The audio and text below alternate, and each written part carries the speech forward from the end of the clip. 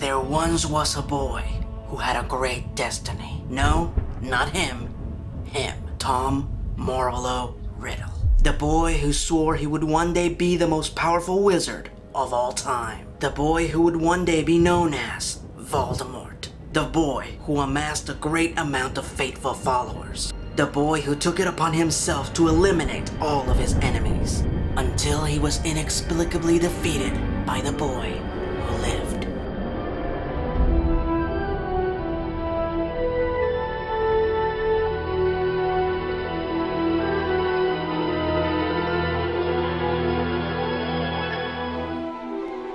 Greetings fanboys and fangirls, I'm Erod and I'm the Blockbuster Buster, and welcome to one of my most requested honest reviews of all time, which just so happens to be the most successful film franchise of all. Based on the book series by J.K. Rowling, believe it or not, originally Disney was the studio that wanted to adapt Harry Potter, and originally they wanted to make it into an animated feature directed by Steven Spielberg and starring Haley Joel Osment, an American kid actor, as Harry Potter. Thankfully, Spielberg withdrew after making some douchey statement that there was no challenge in making a hit film out of Harry Potter. At this point, Warner Brothers was the studio that was attached to distribute the film, and Chris Columbus became attached as the director. If you love these films and how they remain so faithful to the book series, this is one of the key individuals that you should be thanking, as he was one of the major parties pushing for the central cast to stay British, and for each book to be adapted into its own individual film. And he was the first to bring on J.K. Rowling as a consultant. Now let's jump into this wizarding world with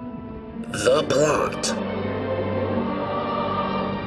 Harry Potter's your average kid who sadly lost his parents at a young age and now has to live with his douchey aunt and uncle and their spoiled son until the day that Harry gets an acceptance letter from Hogwarts, a school that teaches witchcraft and wizardry. So in the span of a single afternoon, not only does Harry discover that witches and wizards are real and that he is one of them, but also that he is the chosen one, as he is the only one to ever survive an attack by Voldemort, walking away from the evil lord with nothing more than a small lightning bolt-shaped scar on his forehead. Voldemort vanished after trying to murder Harry, but many believe that one day the Dark Lord will return, and that Harry Potter will be the only one who will be able to defeat him.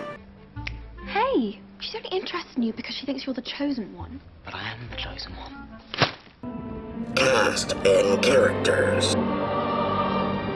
Now before I get into the central cast, it is very important that I mention that this franchise has the absolute greatest supporting cast ever. Robbie Coltrane, Bill Nighy, Jim Broadbent, Emma Thompson, Gary Oldman, David Toulis, the list goes on and on. The two that deserve the most praise here, as they reprise their roles in more films than the rest, are Maggie Smith as Professor Minerva McGonagall and Alan Rickman as Severus Snape. Maggie Smith, one of the most condecorated actors of all time, playing Harry Potter's teacher and often mother figure, was a perfect choice. But Professor, I thought if you signed it, then I could go. I can't. Only a parent or a guardian can sign. Since I am neither, it would be inappropriate.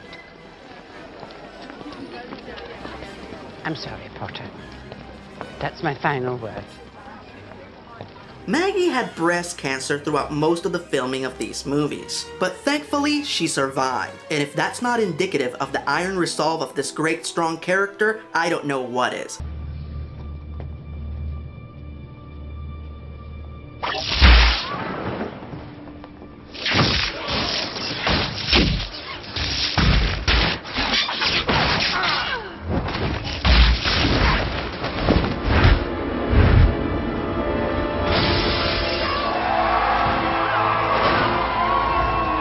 Interesting fact, Alan Rickman was handpicked by J.K. Rowling herself to play Severus Snape, and thankfully, the producers listened to her suggestion. Throughout the production of the films, J.K. Rowling and Alan Rickman often had private conversations about Snape and his motivations, his background, and Rowling even shared secret facts about the character that were going to be revealed in future Harry Potter books. Facts that explain why Snape was the one Hogwarts professor who had a personal dislike of Harry. Having that kind of blessing from the creator of the franchise is simply unprecedented, and Rickman met the challenge with maximum efficiency, playing one of the most complex characters in the series with seamless ease.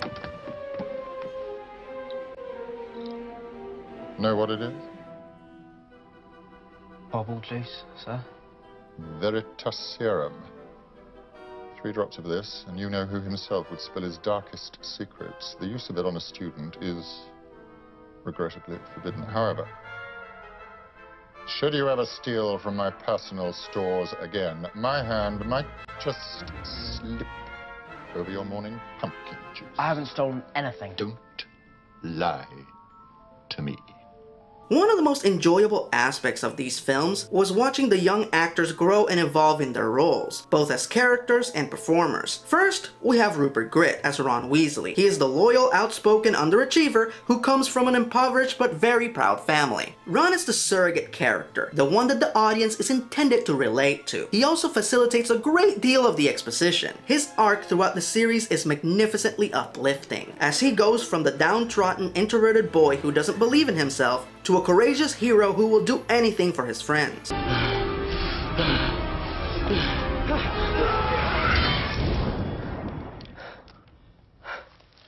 Then we have Emma Watson as Hermione Granger, the brains of the outfit. Hermione is the overly studious exposition machine that seems to have an answer for just about everything. That is the second time you've spoken out of turn, Miss Granger. Are you incapable of restraining yourself, or do you take pride in being an insufferable know-it-all? Another element that I love about this series is how the characters changed and developed through the influence they had on each other. While Ron became this great heroic figure, Hermione grew to be more reserved and humble about her talents and knowledge. But more importantly, the boys helped her loosen the hell up and not be such a ridiculously uptight fuddy-duddy. Harry, what happens if Umbridge does find out? Who cares? I mean, sort of exciting, isn't it? Breaking the rules.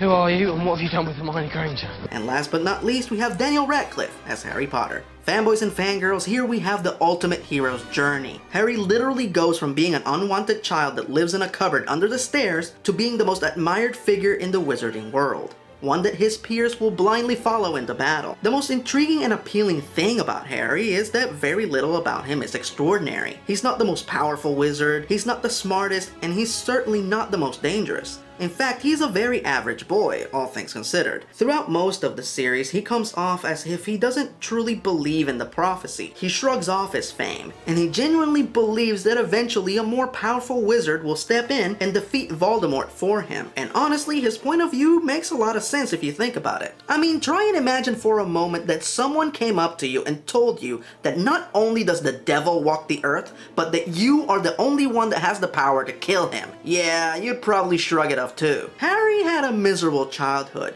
so he savors and appreciates every little moment of joy, and will fight to retain those friends and that joy to the bitter end, making him a very commendable and relatable heroic figure, as it is easy to live vicariously through Harry's exploits. That, Ron, is a hippogriff.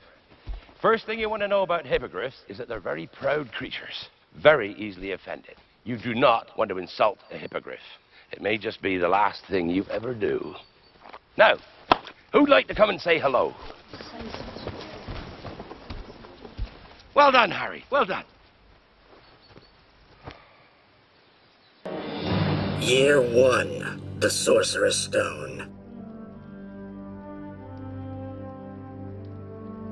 The franchise begins with the Chris Columbus era. It was 2001, and Harry Potter mania was in full effect. You couldn't go into a public restroom without seeing ads for the book series or for the upcoming film. And quite frankly, I was not interested. I honestly thought that it was a dumb fad that was going to pass sooner or later. It was my girlfriend that dragged me to watch the first film, and while I didn't hate it, I also didn't love it. For whatever reason, at the time, I wasn't in the mindset to truly appreciate it. I remember someone bought me the film on DVD and it just sat on my shelf for the next few years. I'm not sure why my interest and appreciation for Harry Potter was so delayed, but better late than never. In Harry's first adventure attending the world-renowned School of Witchcraft and Wizardry, our bespectacled hero has very little time to settle into his new world of magic and mystery, or enjoy the company of his new friends. As not only does he find out that Voldemort was not destroyed the night he tried to kill him, but that he has found a way to fully restore himself to full power by using the Sorcerer's Stone, or the Philosopher's Stone if you're British. An all-powerful life-restoring magical artifact which is being safeguarded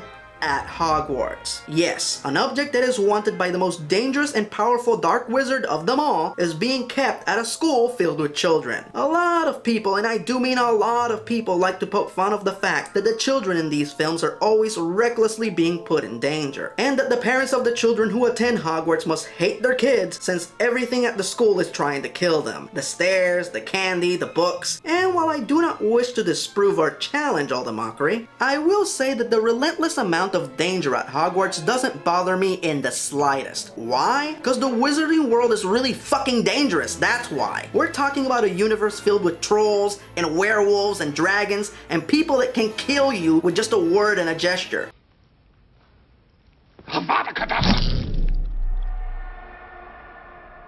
So yes, Hogwarts needs to be dangerous, so these kids can arm themselves and be ready for the horrors of the wizarding world. This was a good intro to the series, as we explore multiple facets of Harry's world, all the while embarking on a fantastic action-adventure mystery which sees our young heroes defy all odds as they try to stop the return of the most vile wizard of them all. Now, if you two don't mind, I'm going to bed before either of you come up with another clever idea to get us killed, or worse, expelled. She needs to sort out her priorities. Year 2, the Chamber of Secrets. The Columbus era comes to its end with the second installment in the series. At the time, I was still not a fan of Harry Potter, and I was visiting my family for Christmas. My cousin was already a hardcore fan and forced me to go to see the second film with him. And boy am I glad he did, cause this is my favorite Harry Potter film. Shortly after seeing it, I started reading the books and I've been a loyal fan ever since. On his second year, Harry finds out that someone at Hogwarts has opened the Chamber of Secrets, an underground enclosure that houses the most frightful of beasts, the Basilisk, a giant killer serpent that is being used to kill anyone who is not a pure-blood wizard. What's a mudblood? It means dirty blood.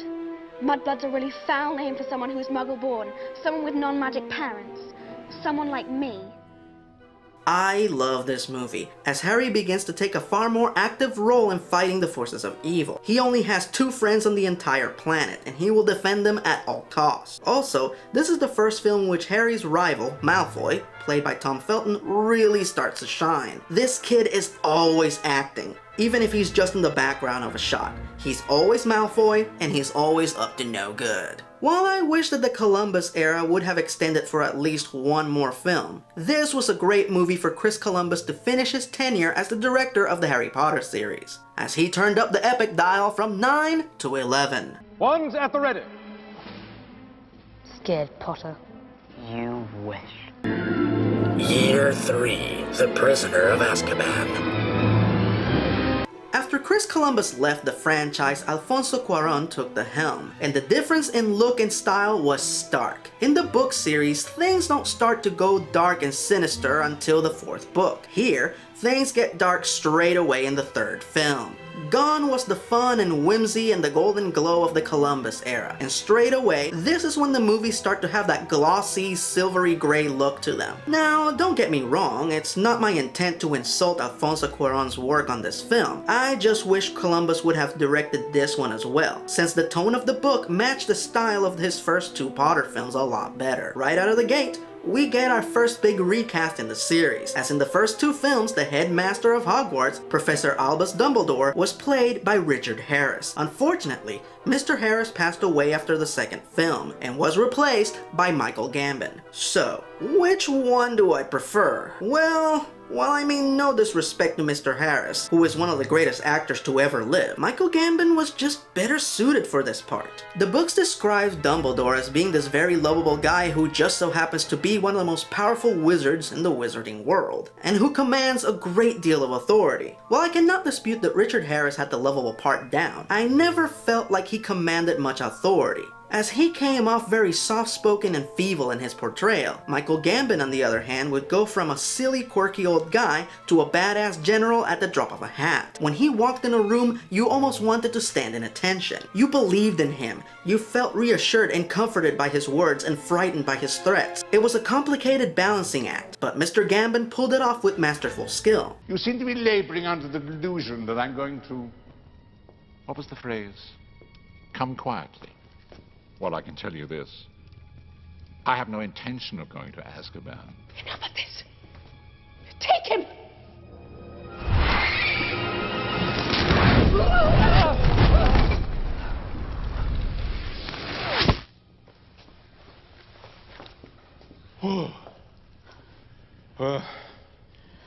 You may not like him, Minister, but you can't deny Dumbledore's got style.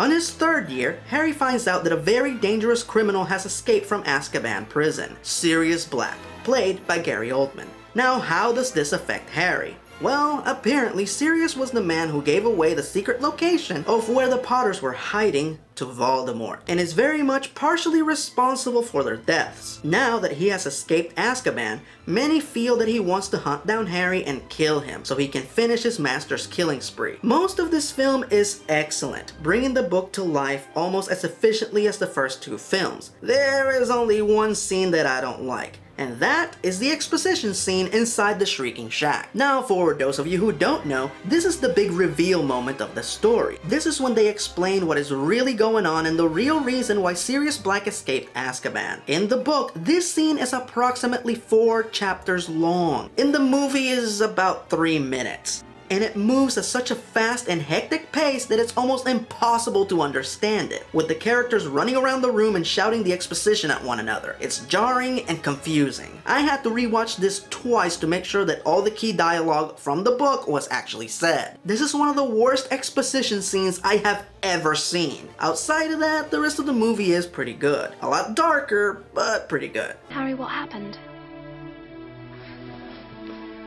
He was their friend. And he betrayed them. He was their friend! I hope he finds me. Because when he does, I'm gonna be ready. When he does, I'm gonna kill him. Year 4, the Goblet of Fire. The helm is once again passed on, this time to Mike Newell, who put his own stamp on the series, but the transition from one style to the other wasn't quite as pronounced as when Alfonso Cuarón took over for Chris Columbus. Hey, wait a minute, that handsome guy looks kinda familiar. Huh, the casting in this film just improved by 38%. Anyway, in Harry's 4th year, Hogwarts hosts the Triwizard Tournament, a dangerous contest which pits 3 young wizards from the top 3 wizarding schools against each other. Initially, Harry is too young to compete, but someone anonymously enters Harry into the competition using very powerful magic, which means that Harry has to compete as the magical contract is binding. It is obvious that this is all part of a plot to capture or assassinate Harry. But our hero goes along with the ruse, in hopes of uncovering the mystery and catching the culprit. Now, this film is based on my favorite of the books, but in spite of this, Chamber of Secrets is still my favorite movie. Why? Personally, I felt that Chamber translated better into a movie. The escalation is magnificent,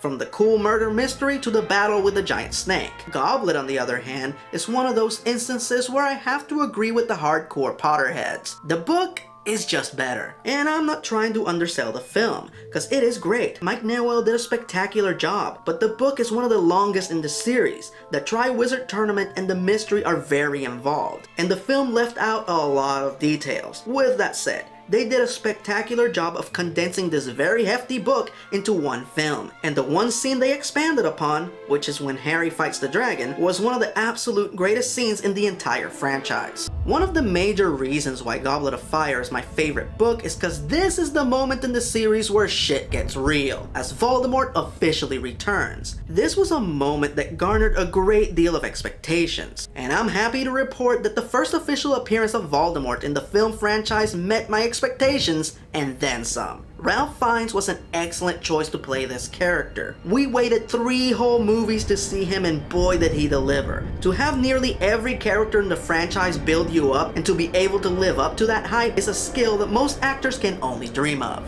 Things have changed.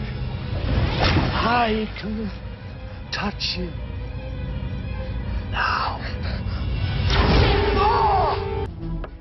Year 5, the Order of the Phoenix.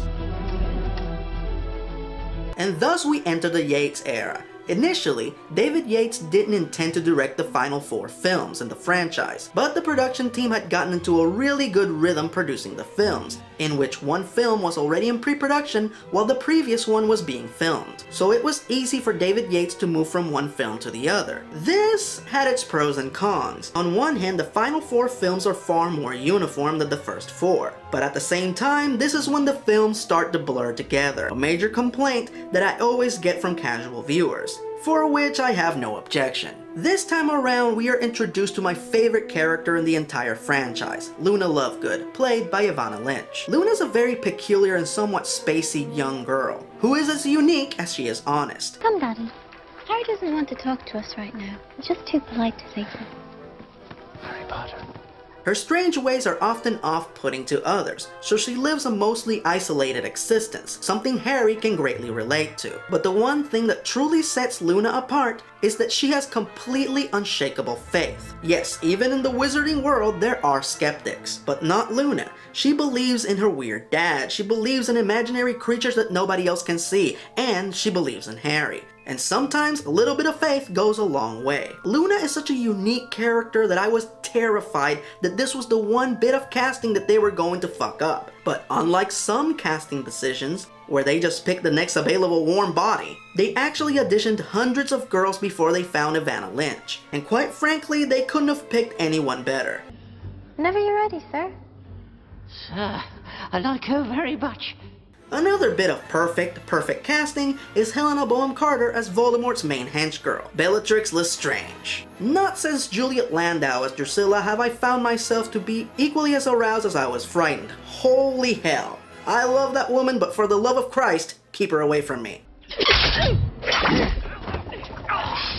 Are you mad?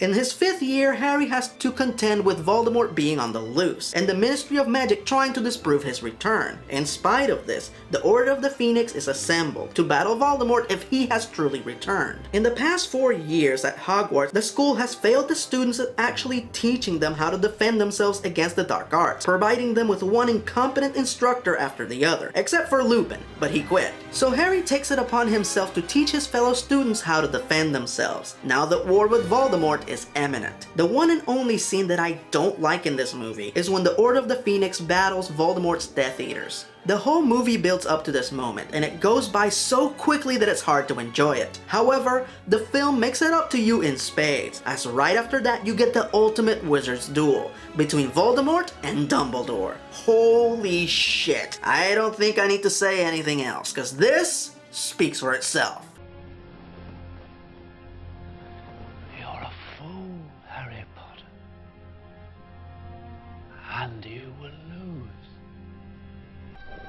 Year 6, the Half-Blood Prince. This one is based on my least favorite of the books, as the book is nothing more than an elaborate setup for the final chapter in the series. This is one occasion where I definitely feel that the film is better than the book, as the film is more entertaining and to the point. All the while, the book doesn't quite flow as well as the other books in the series. It rambles a lot and it gives you a shitload of information that quite frankly, you didn't really need to enjoy the story. In his 5th year, Harry and Dumbledore team up to investigate Voldemort's past and uncover what exactly Voldemort did to avoid death as easily as he has for the past few years, and to uncover how exactly Harry is supposed to kill him. Also, Harry is being aided in his classes by a mysterious benefactor called the Half-Blood Prince, who ends up being far more important to the story than the plot initially lets on. Harry, I assume right about now you must be wondering why I brought you here. Am I right? Actually, sir, after all these years, I'll just sort of go with it.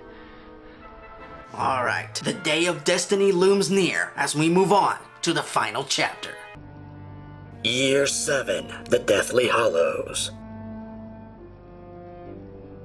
The initial cut of this film was over 5 hours long. Instead of chopping it to pieces and giving us the abridged version, Warner Brothers agreed to split it into 2 films, and thank God they did, because there was no way they were going to cram so much epicness into one movie. In his 7th and final year, thanks to Dumbledore, Harry discovers why Voldemort is seemingly immortal, as he split his soul into 7 halves, and put the 7 pieces of his soul into 7 different items and creatures called Horcruxes. And he can only die when all the Horcruxes are destroyed. Unknowingly, Harry already destroyed 2 of them during his first 2 years at Hogwarts, and Dumbledore destroyed the 3rd one. So that leaves 4 Horcruxes to find and destroy. And the 3 most powerful items in the wizarding world, the Deathly Hallows, might play a significant role in completing this mission. Thus, Harry, Ron, and Hermione go on their final adventure, to hunt the Horcruxes, find a way to destroy them, and face Voldemort and his army for the last time. For a whole decade did we wait for this moment, the moment where Harry would stop brushing off his destiny and accept his role as the Chosen One. After a whole decade of Voldemort governing with fear, having the upper hand, and believing himself to be Harry's better, he finally stands on even ground with the boy who lived. It is not often in a fanboy's life that the things that we love meet our expectations, but this grand finale was one of those exceptional occasions. Cause this was so big, so awesome, so excellent, so eclectic and epic that it defies description. You'll just have to see it for yourself. What if its allegiance was always to someone else? Come on, Tom. Let's finish this the way we started it. Together! Final verdict.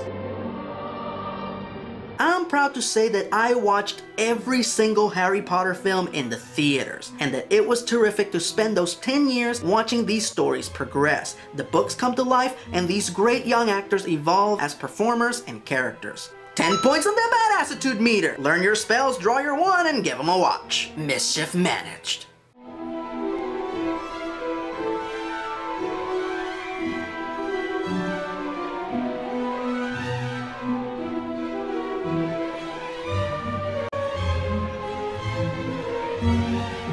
Join the Legion, suckers!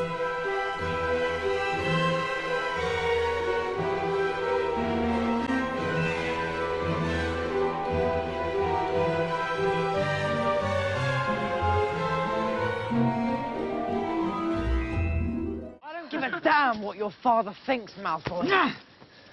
He's vile and cruel, and you're just pathetic. Pathetic. Oh no, you don't, Sonny! I teach you to curse someone when their back is turned.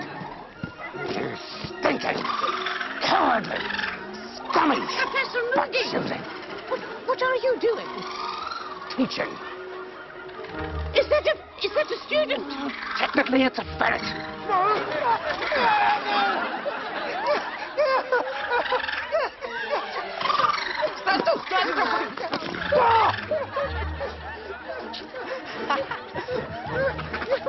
Ha ha!